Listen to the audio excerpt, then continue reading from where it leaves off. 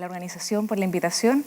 Es un tema que es algo complejo desde el punto de vista para quienes estamos más en el área hospitalaria. Sin embargo, el uso racional de antibióticos en la comunidad, de mi punto de vista, es un tema que hay que analizarlo en base a la epidemiología local y nacional. Buscando bibliografía y buscando estudios, uno se da cuenta que en realidad es un tema un poco abandonado en nuestro país, pero vamos a revisar algunos temas y analizarlos en alguna profundidad. Lo que vamos a analizar es cuál es el panorama actual que tenemos, cuál es la definición que hace la Organización Mundial de la Salud en base a esta política de uso racional de antimicrobianos, cuáles son los factores involucrados o los ejes que tienen relación con esta política, cuáles serían las consecuencias que no se llevaran a cabo estas medidas regulatorias, ¿cierto? Algunas patologías específicas y algunas familias antimicrobianas que tenemos que recordar nuevamente cómo indicarlo y en base a los principales microorganismos causantes de estas patologías. Y por último, algunas conclusiones en base a lo que nos dice el Ministerio de Salud el año 2010 con un informativo que invita a todos a hacer política de uso racional de antimicrobianos. Como sabemos, en realidad las enfermedades infecciosas pueden ser la causa más frecuente que uno puede ver como consulta en la parte de atención primaria, y esto especialmente en algunos meses, ¿no es cierto?, estaciones del año. Y si uno analiza en realidad, a diferencia del ámbito hospitalario, en el hospital uno cuenta, ¿no es cierto?, con una asesoría de infecciones asociadas a atención de salud, a un comité. Además, siempre estamos, ¿no es cierto?, con la restricción y la visita a los pacientes que están con algunos antibióticos de uso restringido. Además, hay guías terapéuticas que nos orientan a dar algunos antimicrobianos, ¿no es cierto?, de primera línea y de segunda línea. Además, la prescripción se hace en función de la epidemiología local conocida. En el hospital, en forma local, anualmente hay una tarjeta, ¿no es cierto?, de susceptibilidad de antimicrobianos en las cuales uno debiera también de guiarse. Es raro ver la automedicación en los pacientes hospitalizados, principalmente por el grupo de antimicrobianos, y lo que ocurre es que uno va haciendo un control, ¿no es cierto?, de la evolución clínica y el cumplimiento de tratamiento en forma diaria. Todo esto, la verdad es que uno lo pierde cuando está viendo los pacientes en atención primaria. Fíjense ustedes que en general la OMS ya decía el 2002 que el 50% del consumo de los antibióticos se hace en humanos y el otro 50% se hace en animales. Y esto de alguna forma también tiene repercusiones en nosotros porque nosotros somos quienes estamos ingiriendo, por ejemplo, pescados que se dan en fase de crecimiento con algunas quinolonas, que eso también tiene alguna repercusión en la resistencia antimicrobiana. El 90% de los antibióticos es de consumo en la comunidad y fíjense ustedes que la mayoría es para tratar infecciones respiratorias, de las cuales el 36% se da en atención primaria, el 50% en urgencias hospitalarias y otro porcentaje que también juega un rol los químicos de farmacia, ¿no es cierto?, o en las farmacias que también dan o indican algunos antimicrobianos. En Chile, lo que se hizo, en realidad, como les comentaba que hay pocos estudios, hay un grupo en el Hospital Frique de Viña del Mar que hizo un estudio retrospectivo en base a una base de datos del consumo de antimicrobianos o de la venta de antimicrobianos en farmacias. Fíjense ustedes que el 2002 ya publicó este estudio, donde estudió desde el año 96 hasta el 2000 cómo era la venta de distintos tipos de familia, principalmente beta-lactámicos orales, quinolonas y macrólidos. Y fíjense ustedes que estudió un periodo importante en el cual el año 99 se hizo una regulación que los antimicrobianos debían ser vendidos bajo receta médica. Y por eso uno puede ver que la curva aquí rápidamente en forma drástica cae con esta medida regulatoria. ¿Qué concluyen ellos en general con su estudio? Es que esta medida sí tuvo un impacto en forma importante. Lamentablemente, por ser un periodo corto, no se puede evaluar la repercusión que hay en cuanto a resistencia antimicrobiana y que el éxito de este programa va a depender del cumplimiento, ¿no es cierto?, de la mantención y de la supervisión constante de esta regulación. ¿Qué hicieron después? El 2011 publicaron un segundo estudio en el cual analizaron qué pasó después hasta el año 2008. Fíjense ustedes que en cuanto a antibióticos de beta-lactámicos orales, el más vendido sigue siendo amoxicilina. Fíjense ustedes cómo el año 98 tenía un DDD, que es una cifra para uno poder comparar el consumo de antimicrobianos, que está en este rango que en el año 2000 ya disminuye en forma drástica, ¿no es cierto?, y nuevamente comienza a aumentar hasta llegar a cifras similares el año 2008. Ampicilina disminuye en forma drástica la venta y amoxicilina más un inhibidor de beta-lactamasa comienza también a aumentar. En general, para este grupo de antibióticos, fíjense ustedes que el año 98 es bastante alto, disminuye el 2000 con esta política regulatoria y luego nuevamente aumenta. ¿Qué pasa con quinolona? Fíjense ustedes, ciprofloxacino estaba analizado el año 98, el cual disminuye nuevamente, aumenta levemente y este sí comienza a aumentar hasta el año 2008. En general, las quinolonas también comienzan a aumentar, aparece en el mercado, ¿no es cierto?, o el uso ya mayor por parte de atención ambulatoria, las quinolonas respiratorias, que claramente también tienen aumento. Lo que llama la atención es que a pesar de que hubo esta regulación el año 99, quinolonas no se afectó por esta nueva política. ¿Y qué pasó con macrólidos? Fíjense ustedes que claritromicina también aumentó su consumo, acitromicina fue lo mismo y eritromicina, que en general se dejó de utilizar dado que estaban estos otros dos macrólidos que son mejor tolerados y tienen menor frecuencia de administración durante el día. Esto para que ustedes puedan ver el gasto en millones de dólares que se realizó el año 98 de 45, que disminuyó el año 2000 y nuevamente estamos llegando a cifras, ¿no es cierto?, similares. ¿Qué concluyen ellos? Que nuevamente ese periodo, ¿no es cierto?, regulatorio estricto que hubo, tuvo un efecto pero que duró solo 2 años, que no hubo medidas de reforzamiento durante el tiempo y esto ya lo venían diciendo, digamos, en el estudio anterior, y que por algún motivo que en realidad no plantean ninguna hipótesis, no fueron afectados el grupo de quinolonas y tampoco de macrólidos nuevos. Bajo este escenario, en realidad, OMS ya planteaba hace algunos años el problema que tenía este uso de alguna forma, o el incumplimiento del uso racional de antimicrobianos.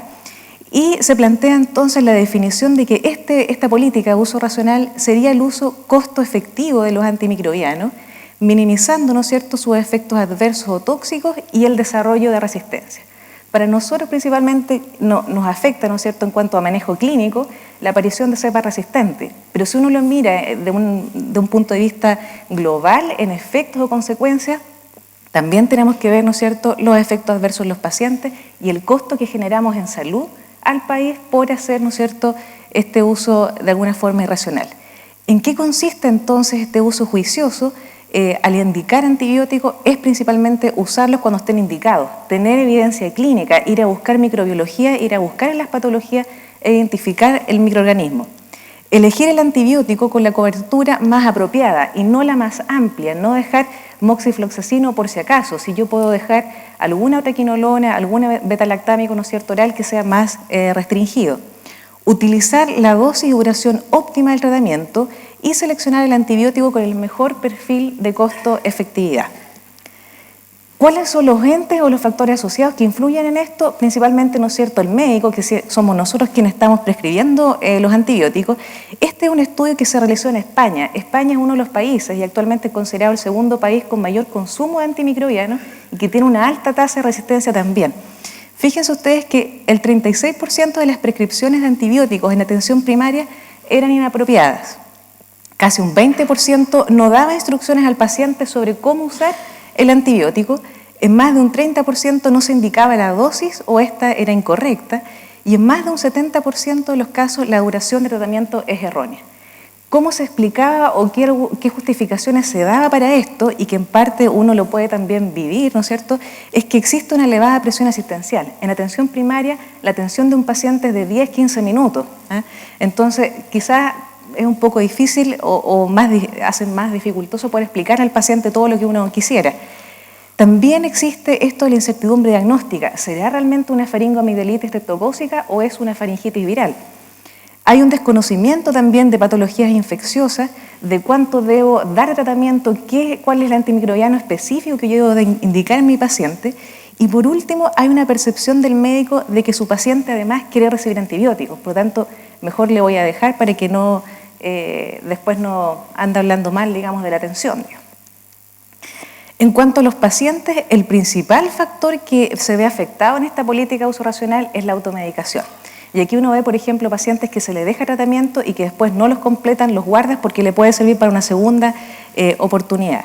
La mayoría utiliza en procesos que no son bacterianos y son más bien virales. Y fíjense, también este estudio muestra que 7 de cada 10 pacientes, antes de consultar, 15 días antes, ya están tomando medidas de autocuidado y uno de los principales grupos de medicamentos que se automedica son los antibióticos, luego de analgésicos y antigripales.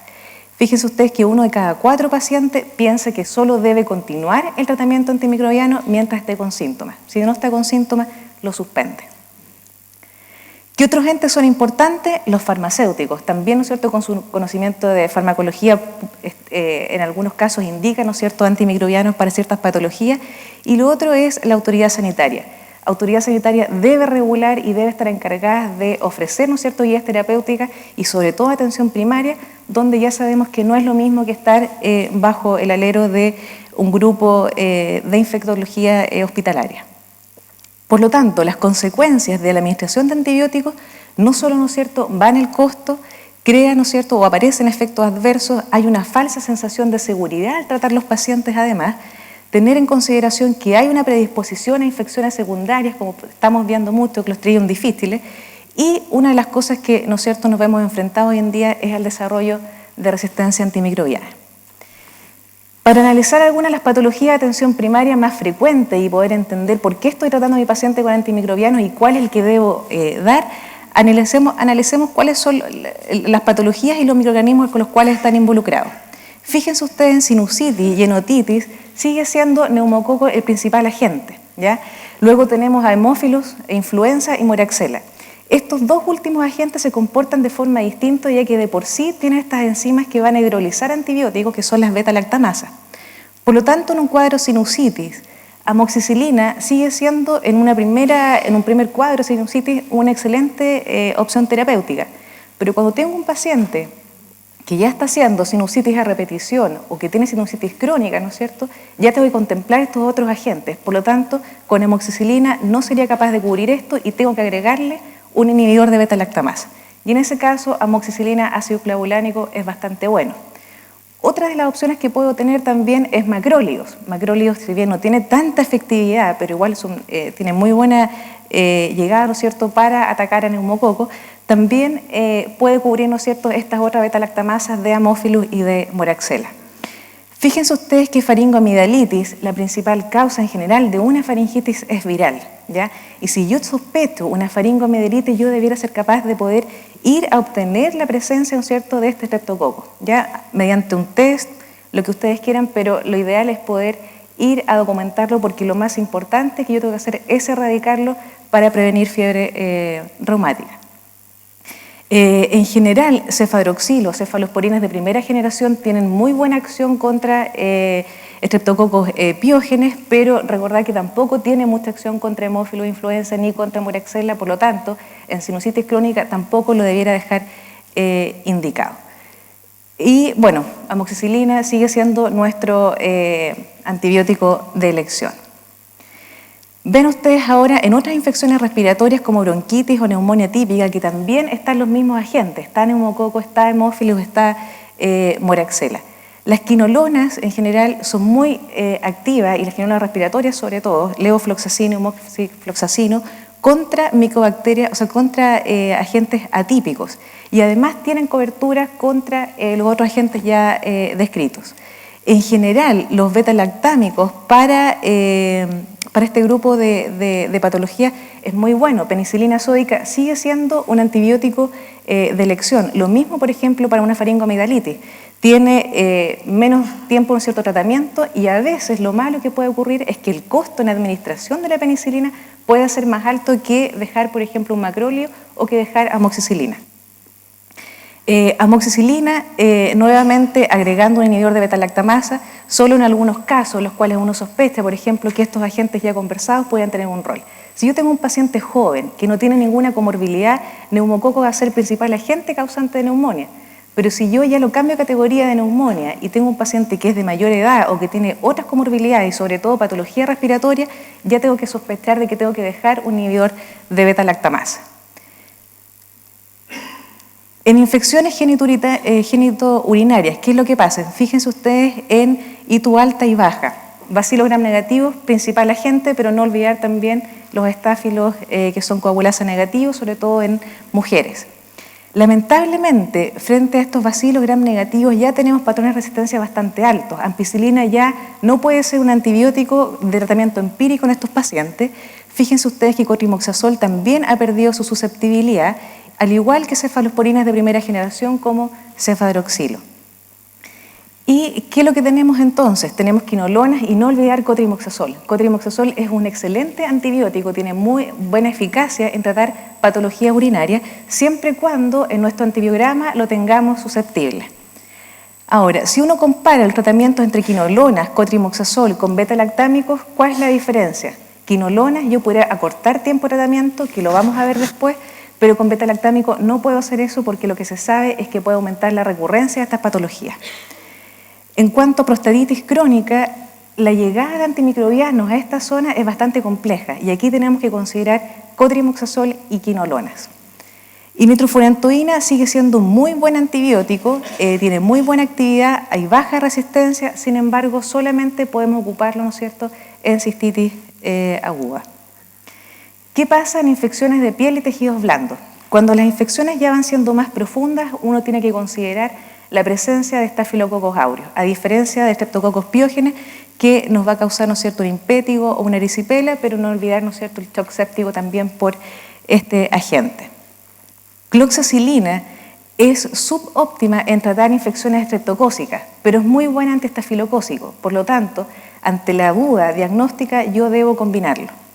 Una cosa que vemos en forma reiterada en atención primaria es que se tratan celulitis con ciprofloxacino, ¿ya? Eso la verdad es que en este momento uno sabe que ciprofloxacino no se comporta bien frente a estáfilo aureus, ¿ya? Y además que pueden hacer resistencia intratratamiento. Por lo tanto, no es una opción y no es una elección en usar una quinolona como ciprofloxacino en estos cuadros. Cloxacilina más penicilina es una buena combinación, es bien utilizada y además puede ser reemplazada, ¿no es cierto?, por una cefalosporina de primera o segunda generación que cubre los dos agentes principales. Clindamicina también es una muy buena opción, cubre ambos agentes, y cotrimoxazol nuevamente es un muy buen antiestafilocócico. Lamentablemente no tiene cobertura para Streptococcus pyogenes. Los macrólidos en general uno puede pensar que cubren Streptococcus pyogenes, pero hacen resistencia igual durante el tratamiento y podemos tener entonces falla a este. Otra de las opciones que tenemos es poder asociar clindamicina con penicilina, que además se potencian frente a la acción contra estreptococos. Otra de las cosas que uno puede hacer es acortar tratamiento, y que esto puede ser bastante llamativo en atención, ¿no es cierto?, primaria, donde el paciente podemos poder ofrecer una mayor adherencia, ¿no es cierto?, menor costo y además poder tener menos efectos adversos.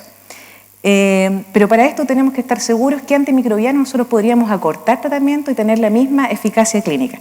Este es un estudio que se hizo en 2004 y que en forma arbitraria dijo, bueno, voy a analizar cuáles serían estas terapias acortadas que serían 5 días o menos de patologías de la comunidad.